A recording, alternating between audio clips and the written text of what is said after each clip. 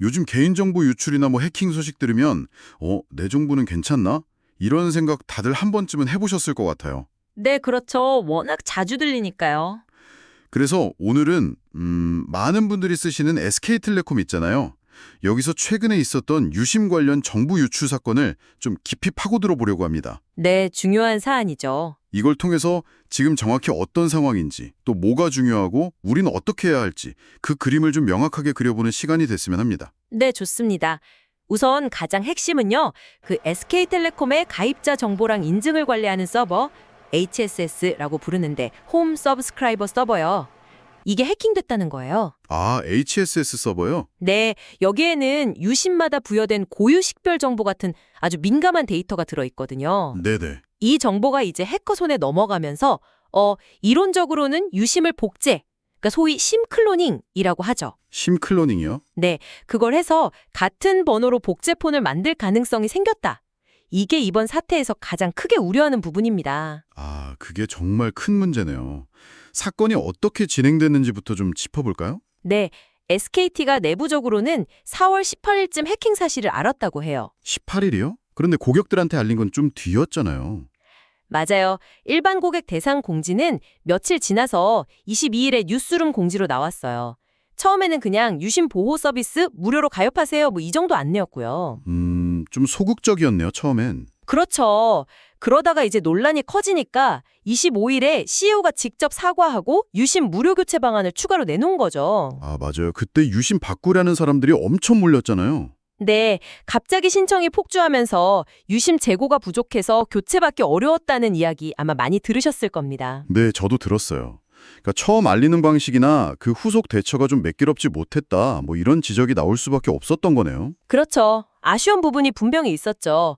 이게 왜 그냥 넘어갈 일이 아니냐면요. 그 HSS 서버에서 빼낸 유심 고유 식별 정보, IMSI 같은 거요? IMSI요? 네, 국제 모바일 가입자 식별번호인데 이걸 가지고 번호를 복제하면 그 복제된 번호로 휴대폰 본인 인증이 필요한 금융거래 같은 걸 시도할 위험이 생긴다는 거죠. 아, 금융거래까지요? 네, 그래서 실제로 금융감독원에서도 이 문제를 중요하게 보고 있고요.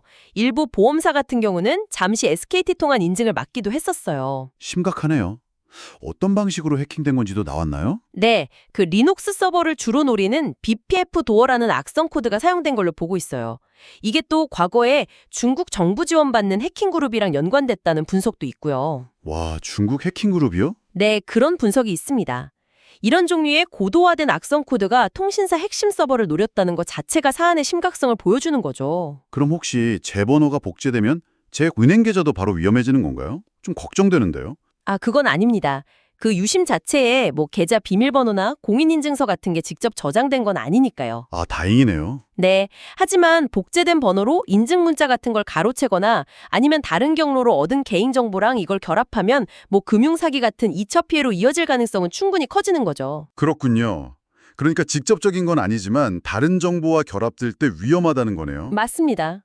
그래서 다들 심각하게 보는 거고요. 참고로 그 유심의 핀 번호 설정하는 거 있잖아요. 네, 비밀번호 설정하는 거요. 네. 그거는 휴대폰을 분실했을 때 다른 사람이 내 유심을 못 쓰게 막는 효과는 있지만 이번 서버 해킹으로 인한 정보 유출과는 좀 별개의 문제입니다. 그건 알아두시는 게 좋고요. 알겠습니다. 그럼 SKT는 그 뒤에 어떤 조치를 취했나요? 가만히 있진 않았을 텐데요. 네. 우선 유심 보호 서비스 가입 고객에게는 혹시 피해가 생기면 100% 책임지겠다 이렇게 발표를 했고요. 오, 100% 책임이요? 네. 그리고 5월 말까지 유심 500만 개를 확보하고 또 교체 편의를 위해서 온라인 예약 시스템 같은 것도 도입했죠. 500만 개면 꽤 많은 물량이네요. 그렇죠. 그런데 이 대책들이 그럼 실제로 얼마나 효과가 있을지 또 어떤 불편함이 따르는지도 좀 따져봐야 해요. 어떤 점들이 있을까요? 우선 그 유심 보호 서비스는요. 가입자 본인 명의의 특정 단말기, 그러니까 그 고유 번호 IMI 기준으로요. 거기서만 정상 사용되도록 해서 비정상 접속을 막는 원리거든요. 네. 근데 이게 기기 변경할 때마다 서비스를 해지하고 다시 가입해야 하는 번거로움이 있었어요. 이건 뭐 5월 중에 개선한다고는 했지만요. 기기 바꿀 때마다요. 좀 불편하겠네요. 네, 좀 그렇죠. 그리고 역시 가장 확실한 건 유심 교체인데 이건 아까 말씀하신 대로 초기에 물량이 부족했고 또 고객이 직접 대리점에 가야 한다는 점.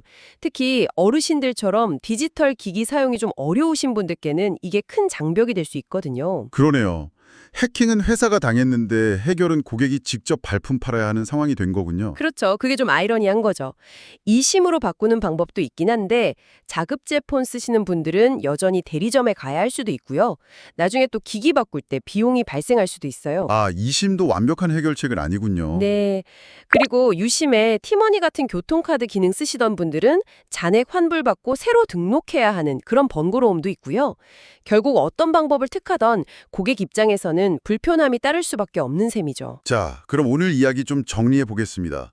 이번 SKT 유심 정보 유출 사건은요, 단순한 개인정보 유출을 넘어서 금융사기 같은 2차 피해 가능성까지 있는 상당히 심각한 보안 사고였습니다. 네, 맞습니다. SKT의 초기 대응에는 좀 아쉬운 점들이 있었고 현재로서는 유심을 교체하는 것이 가장 안전하고 확실한 방법이라고 할 수 있겠습니다. 그렇죠. 근데 당장 교체가 좀 어렵다 하시는 분들은 임시 방편으로라도 유심 보호 서비스라도 꼭 가입해 두시는 게 좋을 것 같습니다. 네, 그게 차선책이 될 수 있겠죠. 마지막으로 이런 질문을 한번 던져보고 싶어요. 이번 일처럼 기업 시스템의 문제로 보안 사고가 터졌을 때 말이죠. 네.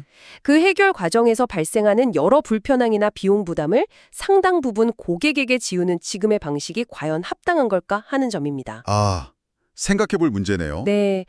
특히 정보 접근이나 이런 대처가 상대적으로 어려운 분들을 생각하면 기업은 과연 어디까지 책임을 져야 하는가, 이 부분에 대해서 우리 사회가 함께 좀 고민해 볼 필요가 있지 않을까 그런 생각이 듭니다.